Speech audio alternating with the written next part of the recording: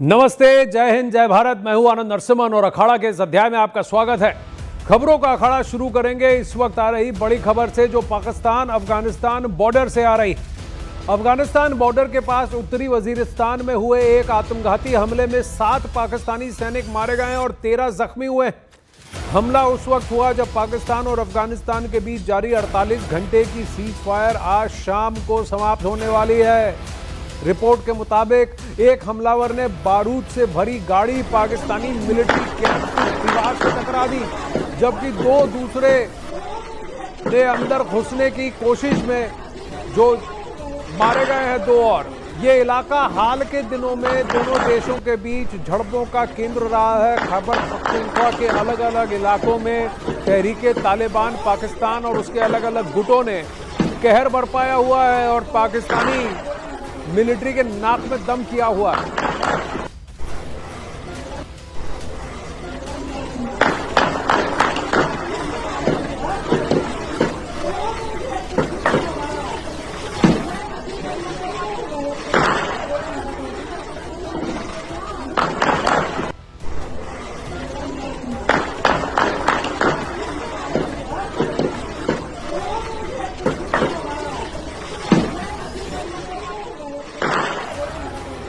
चलंदर वांगू इस वक्त हमारे साथ फोन लाइन पर जुड़े हैं। तो तहरीके तालिबान पाकिस्तान ने अपने हमलों को और ज्यादा मजबूत कर दिया है।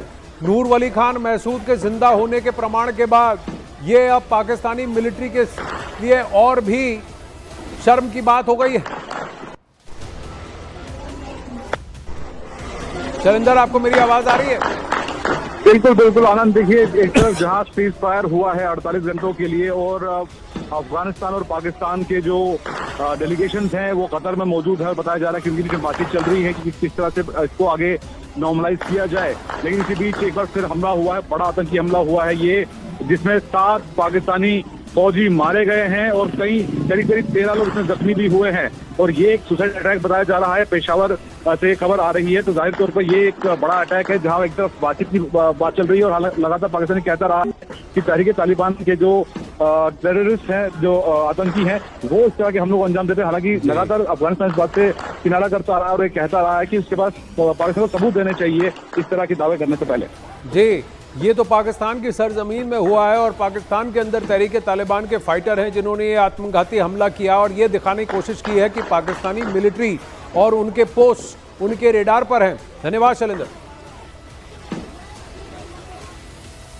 पाकिस्तान अफगानिस्तान से रुख भारत का करते हैं और भारत में एक बड़ी खबर है। रिश्वतखोरी में फंसे रोपड़ रेंज के डीआईजी भुल्लर को 14 दिन की न्यायिक हिरासत में भेज दिया गया है। अब उन्हें 31 अक्टूबर को दोबारा पेश किया जाएगा। हरचरण सिंह भुल्लर रिश्वत लेते हुए मोहाली से पकड़े गए थे। उनके घर से 7.5 करोड़ रुपए बरामद हुआ था। घर में इतना पैसा था कि सीबीआई को कैश गिनने के लिए कई मशीनें मंगवानी पड़ी।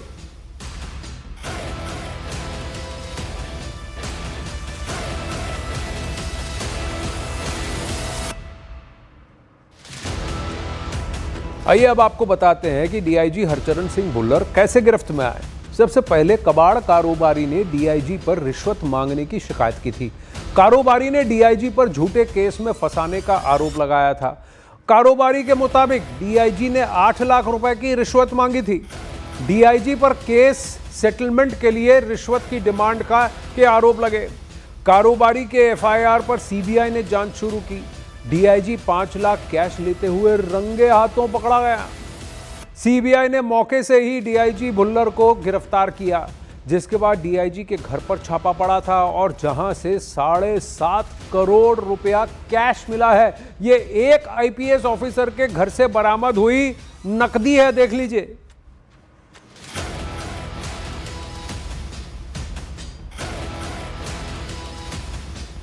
वहीं पंजाब पुलिस के एक डीआईजी पर सीबीआई का शिकंजा कस गया है।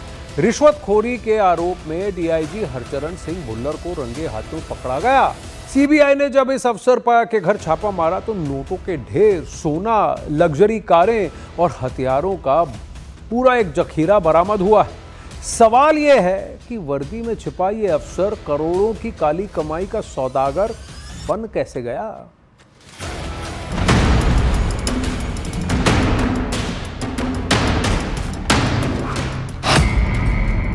सीबीआई के शिकंजे में पंजाब पुलिस का घूसखोर अधिकारी। मोहाली से रोपड़ तक ताबड़तोड़ छापेमारी।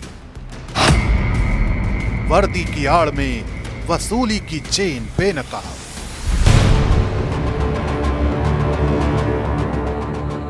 ये कहानी है उस डीआईजी की जिसने वर्दी के रुतबे का सौदा कर डाला, जिसने वर्दी के सम्मान को तार तार कर दिया, जिसने पैसों के लालच में अपने ईमान को बेच दिया।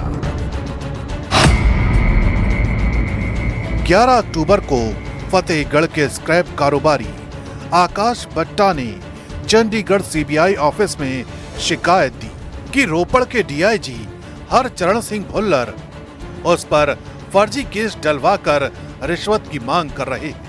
कारोबारी के मुताबिक डीआईजी ने अपने मिडिलमैन कृष्णू के जरिए धमकी दी, अगर केस से बचना है तो 8 लाख दो और हर महीने 5 लाख सेवा पानी देना होगा।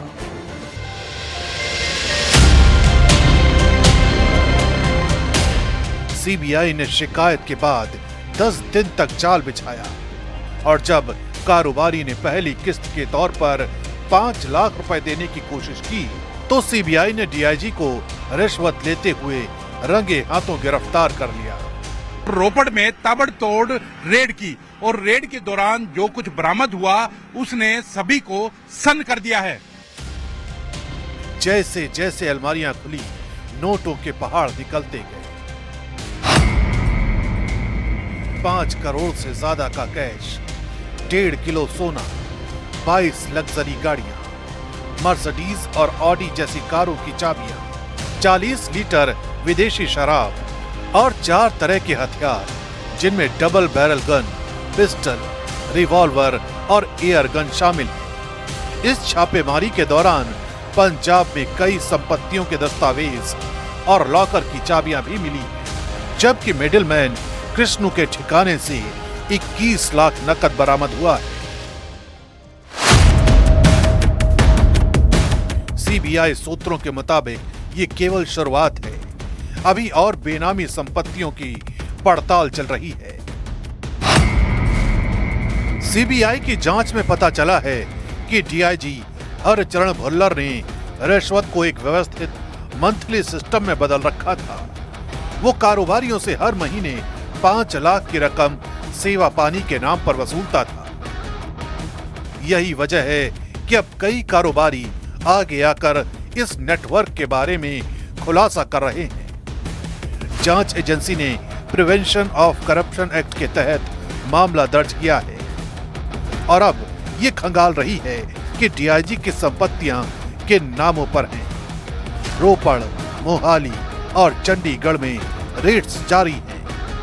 वर्दी पर लगे इस दाग ने पंजाब पुलिस की साख पर बड़ा सवाल खड़ा कर दिया है कि जब कानून के रक्षक पर ही घूसखोरी और भ्रष्टाचार के आरोप लगे तो न्याय की रक्षा कौन करेगा।